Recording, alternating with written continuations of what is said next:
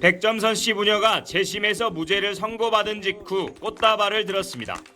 아내이자 어머니를 살해한 범인으로 내몰렸던 누명을 16년 만에 벗는 순간입니다. 기가 막히죠. 말도 못해준다. 말이 안 나온다.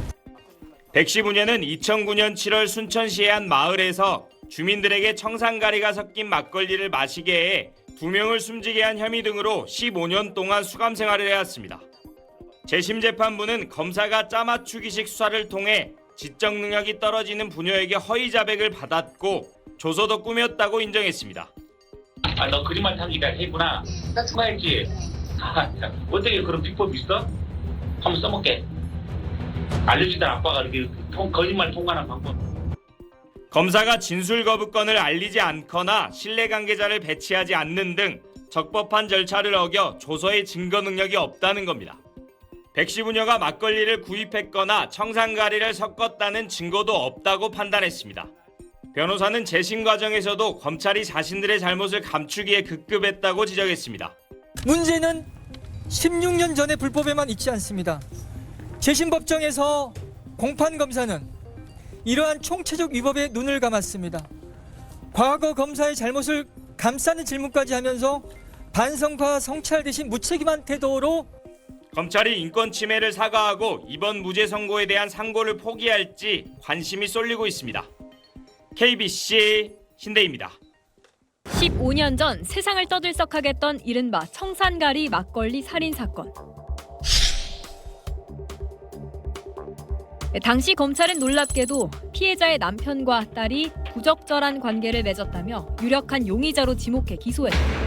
법원은 이들에게 중형을 선고했습니다.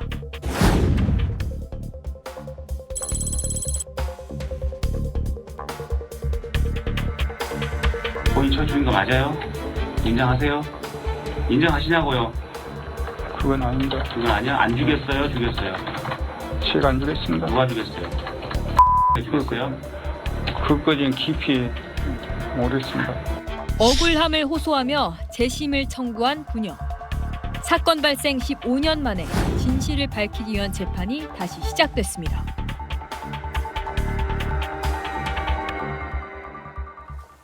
네, 15년 전 전남 순천의 한 마을에서 발생했던 이른바 청산가리 막걸리 살인 사건이 다시 법의 심판대에 오르게 됐습니다.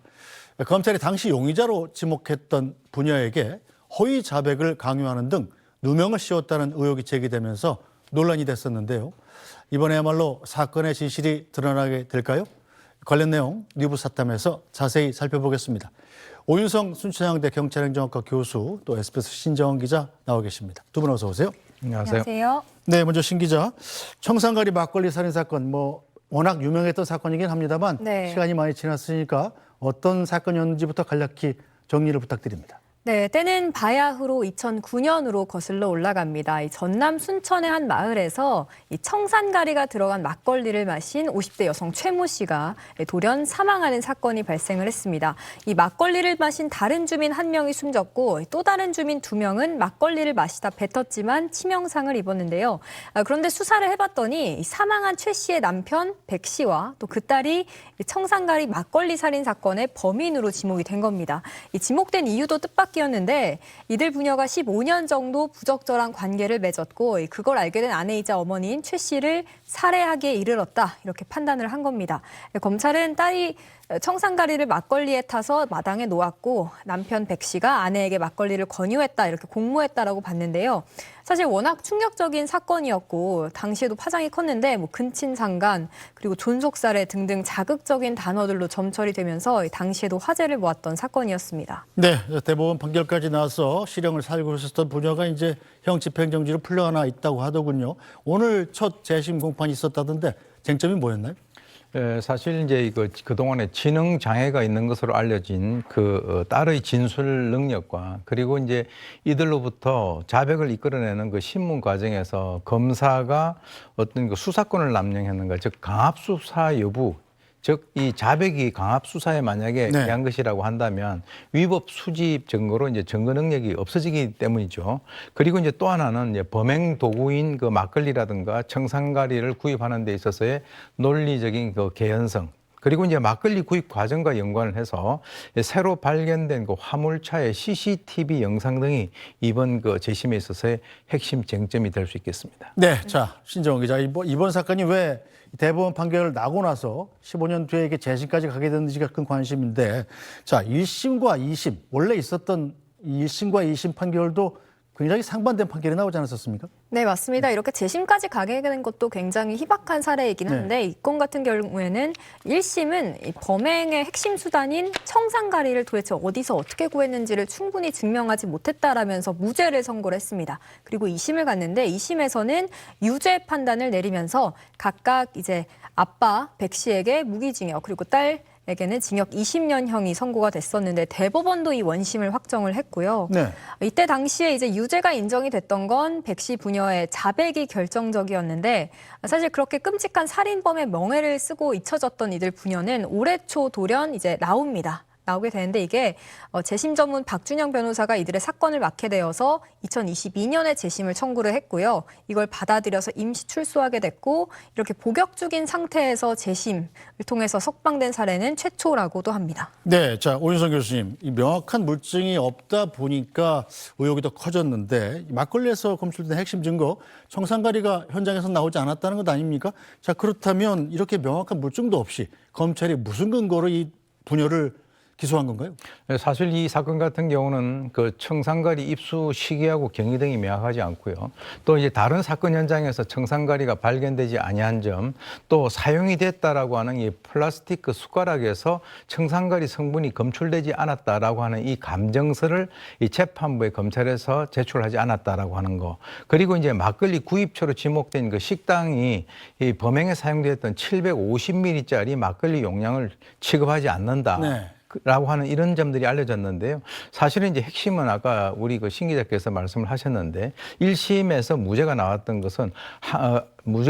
것을 항소심 재판부가 다시 유죄로 그 선고를 하는 데 있어서 가장 결정적인 증거는 바로 이 부녀에 있어서의 자백이었단 말이죠. 네. 그래서 이제 이번에 그 박준영 변호사 같은 경우는 수사를 하는 그 과정에서 수사기관이 변호인의 조력을 받을 수 있는 그런 어떤 그 권리, 또 진술 거부권을 갖다가 제대로 고지하지 않았다라고 하는 이 추가 증거를 이번에 확보해서 제출할 예정이라고 하니까, 그것이 즉 아까 말씀하셨던 아무런 어떤 그 증거가 좀 이렇게 없는 그런 상태에서 이런 현상이 벌어진 것은, 결정적인 것은 자백이 의한 것이다, 이렇게밖에 볼 수 없는 그런 상황입니다. 네, 저 검찰의 기소 근거가 자백이었다면, 자 자백이 좀 유지가 됐으면 그나마 좀 믿을만 했을 텐데, 이 검찰 조사 과정에서 부녀가 범행을 부인했었다는 사실도 새로 알려졌어요? 네, 맞습니다. 일단 그 진술을 하는 과정에서도 굉장히 횡설수설하는 그런 대목들이 자주 보였었고요. 그리고 결정적으로 이 백 씨, 아버지 백 씨가 글을 모릅니다. 문맹인데 이제 직접 썼다는 이제 자필 조서 같은 것도 나오면서 굉장히 석연찮은 것들이 좀 계속 발견이 됐었고요. 그리고 이제 백 씨 부녀가 다소 지능이 떨어지는 편이었던 걸 이제 당시 수사하던 경찰도 알고 있었는데, 이걸 어쨌든 계속 추궁하는 그런 과정들이 좀 폭력적이었다, 이런 정황들이 나왔고요. 그리고 이제 백 씨 측은 검찰이 이제 물증 없이 짜맞춘 조서로 서명과 날인까지 받았고, 그리고 백 씨 부녀를 상대로 허위 자백을 강요했다, 이렇게 주장을 하고 있는데요. 백 씨가 임시 출소를 하고 나서 올해, 그리고 이제 최근 인터뷰를 진행한 게 있습니다. 이거 직접 들어보시면 어떤 억울함을 호소하고 있는지 아실 겁니다. 네. 억울하고 분하죠, 진짜로. 조사 받은 거 받으면 그 이튿 나가면 삭제해버리고는 없던 일로 해버리고.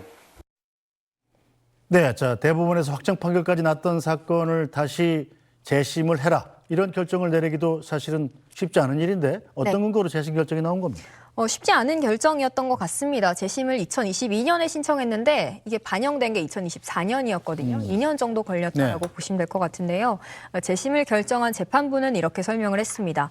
검사가 생각을 주입해서 유도신문하는 등 위법하게 수사권을 남용했다라면서, 특히 새롭게 발견된 어떤 증거와 진술의 모순 등등을 고려하면 유죄로 확정된 재심 대상 판결은 정당성이 의심되는 수준이다. 이 판결을 그대로 유지할 수 없을 정도다, 이렇게 얘기를 했습니다. 네, 자 이번 재심에서 아버지와 딸의 변호를 맡은 이 박준영 변호사가 자 지난해 뉴스브리핑에 나왔었습니다. 여기 출연해서 자, 피고인들의 무죄를 확신한다 이렇게 얘기했었습니다. 무죄를 확신한 이유가 뭔지 직접 들어보겠습니다. 자백이 유일한 증거였습니다, 사실상. 근데 그 자백이 조서에 담겨 있었거든요. 근데 그 조서에 근거가 된 실제 진술이 담긴 영상 녹화를 보면 조서가 사실상 왜곡되어 있고 네. 조작이라는 표현도 어울릴 정도로 상당히 하지도 않은 진술이 들어가 있거나 문답이 바뀌거나 여러 가지 형태의 어떤 조작이 있었습니다. 네. 그래서 이 사건은 자백이 만들어졌구나. 네. 그래서 자백이 유일한 사건에서 자백이 이제 증거로서의 능력이 없기 때문에 네. 또 믿을 수 없기 때문에 저는 무죄라고 확신하고 있습니다. 네. 네, 자, 피고인 측에서 당시 자백이 검사의 강압 수사에 의해서 조작된 것이다 이렇게 주장을 하고 있습니다만 검찰 측도 할 말이 있겠죠? 네, 이번에 어쨌든 임시 출소를 하게 되면서 검찰 측에서도 입장을 밝혔습니다. 네. 당시에 어떤 수사가 제대로 됐다 이런 취지의 입장을 밝힌 건데요. 그 내용을 좀 설명을 드리면 항고를 담당했던 순천지청이 이후에 입장을 밝힌 겁니다. 이 검찰은 딸에게 자백을 강요한 게 아니라 이 성폭력 사건으로 피고인과 대지를 하던 중에 스스로 고백하는 어떤 그런 식의 진술이 나왔다는 입장이고요. 그리고 이제 일부 자료들이 수사 기록이 누락이 됐다라는 비판도 나왔었는데 이에 대해서는 CCTV 자료 같은 경우에는 번호 식별에 한계가 있어서 제출을 안 했다라고 설명을 했고 또 나머지 경찰의 수사 기록 중에 내지 않은 것은 특별하게 어떤 의미가 있지 않아서 제출을 안 했다 이렇게 항변을 했습니다. 네, 자, 피고인은 재심을 청구하면서 당시 검찰의 강압 수사 장면이 담긴 영상을 증거로 제시했습니다. 어떤 내용이 담겼는지 직접 보고 오겠습니다. 거기 들어가야 야. 오늘 곧 조사 그러니까 본인이 거짓말했다는 거 인정해줄게. 근데 오늘 조사에서 왜 왔다 갔다 해요? 본인 말 한마디 다 끝날 것 같아요.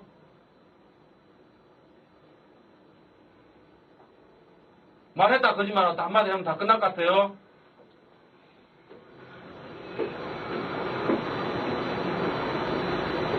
아 잘못 나왔죠? 네.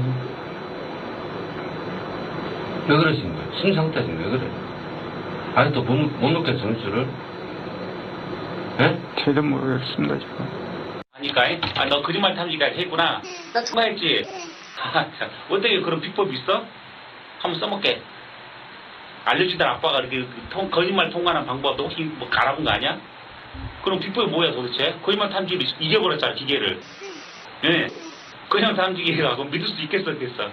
지금 생각해보니까 믿을 수 없겠지. 굉장히 전에 범인을 의심하니까 그지? 예? 조사에 혼선을 주자고. 예? 네, 자, 오윤석 교수님, 이 취조 조사하는 태도가 상당히 좀 고압적이기도 하고 좀 답을 이렇게 정해놓고 물어보는 것 같기도 한데 교수님 보시기는 어떻습니까? 일단 이제 그 피의자 신문에 있어서의 어떤 그 원칙이나 규칙은 아니라 하더라도 통상적으로 피의자 신문을 할 때 수사관이 질문이 상대적으로 짧고 네. 그리고 피의자의 진술이 긴 것이 어떻게 보면 바람직한 그렇죠. 거죠. 예. 그래서 이제 여기서 특징적인 것은 그 반대라는 거죠. 쭉 길게 물어보고 네. 그리고 쭉 길게 물어보고 저도 모르겠습니다. 그러니까 이제 이 두 사람이 대답한 4개를 보면은 3개가 네. 그리고 하나는 저는 잘 모르겠습니다. 이게 그런 측면에서는 이게 바람직하지 않고요. 지금 이제 이 박준영 변호사 같은 경우는 이제 강압 수사 여부 확인을 위해서 이미 이제 그 영상이 확보되어 있긴 있습니다만 네. 당시 수사를 담당했던 이 검사 그리고 이제 검찰 수사관 등을 재판부에 증인으로 요청을 해놓은 그런 상태입니다. 네, 자, 피고인 측에서는 또 검찰에서 무죄를 뒷받침할 만한 유력한 증거들을 상당수 검찰에 숨겼다 이렇게 주장을 하고 있군요. 네, 이게 앞서 설명한 부분인데요. 이 박준영 변호사가 재심을 준비하면서 수사 자료들을 이제 다 받아봤는데 앞서 언급했던 어떤 CCTV 자료 등등을 포함해서 검찰이 누락한 수사 기록이 4,000장이 넘는다라고 합니다. 네. 이제 의도적 누락이다 이렇게 변호사 측은 주장을 하고 있는 거고요. 네, 자, 이번 재판에서 당시 증거에서 누락됐던 CCTV 영상이 또 새로 증거로 제출됐더군요. 어떤 내용의 영상입니까? 그동안에 이제 누락이 되어 있다가 이번에 새로 이제 등장한 그 화물차 CCTV인데 네. 화물차가 이제 바로 저 어떤 그 피의자가 모는 그 화물차입니다. 그러니까 이 막걸리 즉 범행 도구인 막걸리를 이제 구입을 하기 위해서 저 화물차를 이용을 했다라고 하는 것인데 그 막걸리를 구입을 했다라고 하는 것이 2009년도 7월 2일 밤인데요. 네. 이번에 이제 드러난 것은 그 CCTV가 그 당시에 움직이지 않고 주차되어 있다라고 하는 그 장면이 트럭이요? 예, 증거로 이제 제출됐습니다. 그래서 만약에 이 영상이 맞다라고 한다면 범행에 사용된 막걸리를 화물차를 이용해서 구매했다라고 하는 그 어떤 진술 자체가 신빙성이 상당히 없다라고 하는 그런 것이고요.